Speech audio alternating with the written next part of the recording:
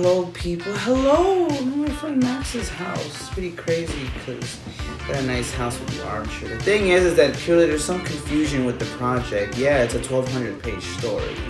But people forget that it's meant to be a picture book, and that's what your money's going for. Mainly, yeah. So you donate, and then your money will go into the art of the book. And I'm gonna be doing the book myself because I wrote the book myself. You know what I mean?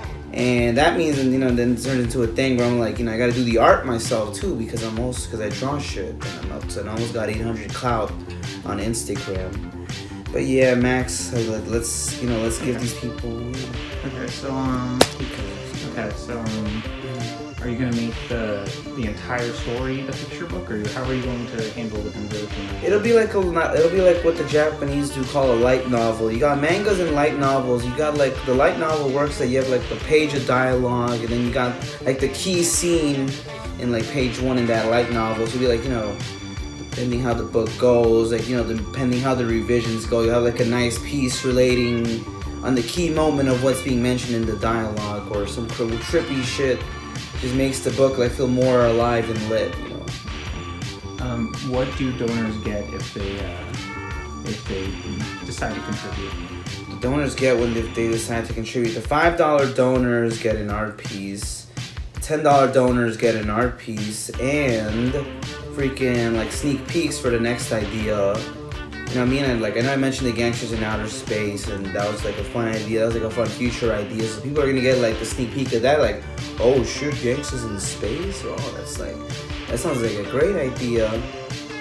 So how is the sneak peek stuff like? So if you, let's say you're doing $5, you get like a digital piece, right? Is there any level where you get a physical piece, or how? I guess that's the thing. Yeah, I guess now that we're discussing rewards, yeah, a feed maybe of like. I think at this point, yeah, if you donate $15, I can mail you the piece itself. You gotta, if you're in the U.S., that's fine. If you're out of the U.S., I think that's also fine because the shipping is like I'm shipping you like a legal size document, a sheet of paper with a thank you note. Very nice thank you note on your name on it. It'll say like thank you, your name, and and then the piece, and it just all blends into the story, and it makes it exclusive because your name's on it. So. Yeah. Might it be something that is used in the book? Exactly, and also maybe use something in the book, but at the same time the book, imagine your name on the book though. I'm like, oh shit, that's my name on the book. And obviously anyone who donates is like on the last page you're gonna have the whole thank you, your name, so it's like no matter how much you donate at least the $5 minimum, that's dope. You know what I mean? You get a nice piece with your name on it and related to the book and to this light novel being super lit.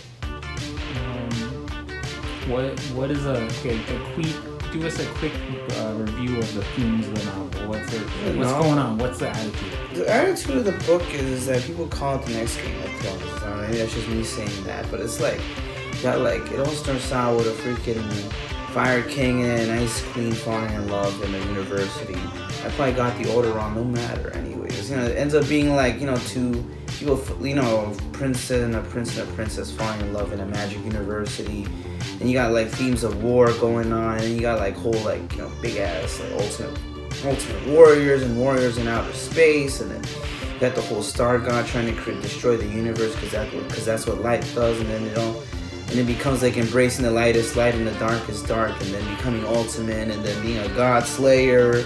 It's all about the big boy theme, racing to the edge of the universe, that kind of nonsense. You know what I mean? It's like people will call it a blend of Final Fantasy and Game of Thrones, and I think that's what makes it more lit because there's some motivation, some very lit themes, and then then it gets into politics too, so that's even more lit. It makes you think.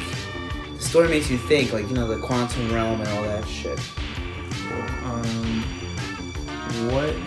How do you define yourself as an artist? What kind of art is your shit? Why are you special? What's gonna makes me special is that what makes my shit special is because I try my best to make my art pop.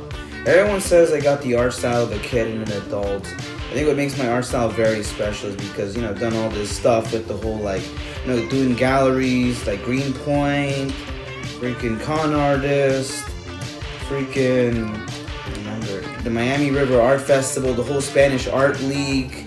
I remember getting invites to going to Italy, going to Greece, but it's annoying because it's it's all pay to play, and that's the fucked up part. You gotta pay to play, but at the same time, I got talent, but you still gotta pay you to play. You know, these gallerias. I remember Summit Gandhi was a good one. That shit was mad fancy either way. Like, what makes my shit pop is that I'm just dank like that, you know what I mean?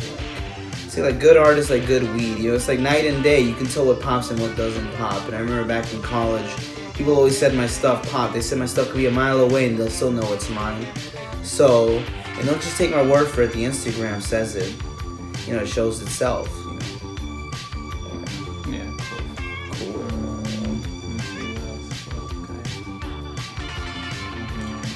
What else? What's the dankest thing in the story? I don't know.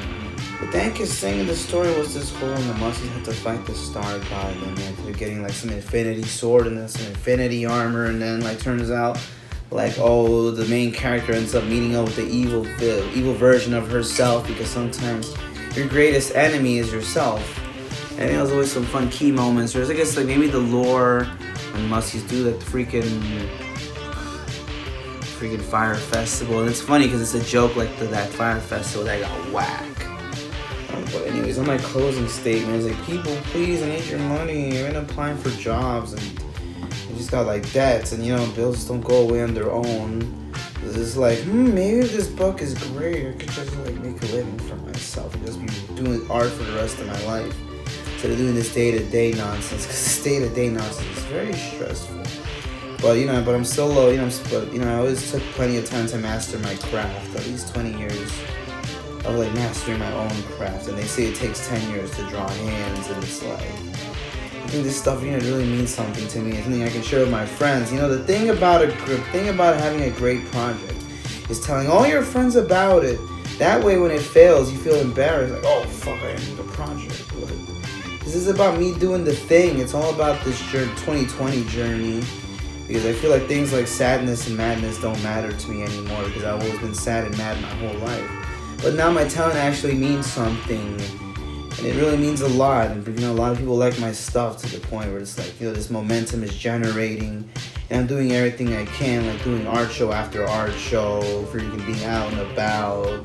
You know, Diamond District, Brooklyn, Spanish Art League, Miami, the whole Miami thing. I'm trying to go to Mexico City in March to infiltrate their art scene that way. Be considered international. And who knows, take my real, and I really want to take my real ambitions to like London, Paris, Spain. That's in the long run. You know what I mean? If we can get the ball rolling at the right time, I mean, we can make this our Roaring 20s